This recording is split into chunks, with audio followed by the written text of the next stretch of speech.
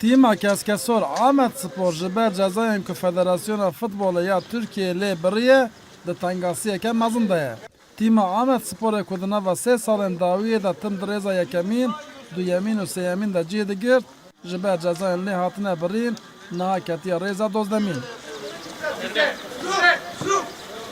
Rêveberên Ahmet Sporê bi bîr dixin ku heta niha di 46 musabeqeyan de alîgirên wan ji ber cezayan nekarine bên piştgiriya tîma xwe bikin û ew niha hewl didin ji Lîga Duyemîn nekevin Lîga Sêyemîn. Tîma Ahmet Sporê bi rastî tîmekî baş e, tîmekî xurt e.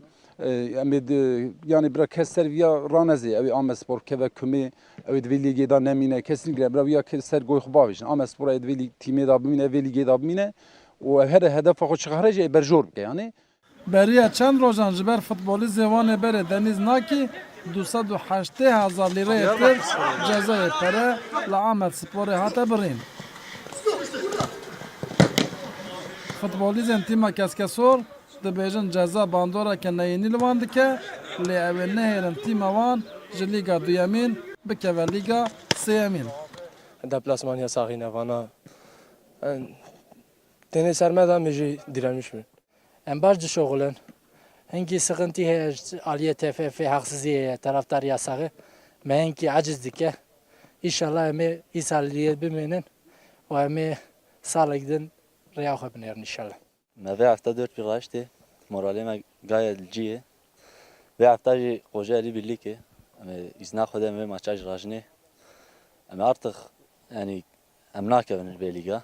Sala werê jî em ê şampiyonluğê bilîzin.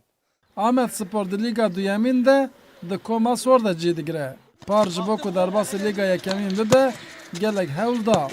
Lê ji ber cezayan nekarî bigêje armanca xwe. Tîma Amedê îsal jî bi heman cezayan re rûbirû ye.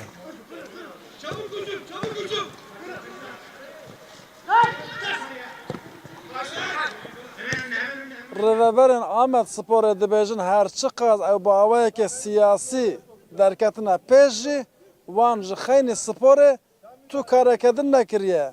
Lê federasyon û tîmên li hemberî wan her bi awayeke siyasî nêzî wan bûne û ji cezaya xilas nebûne. Maşallah dekak Rûda û Ahmet.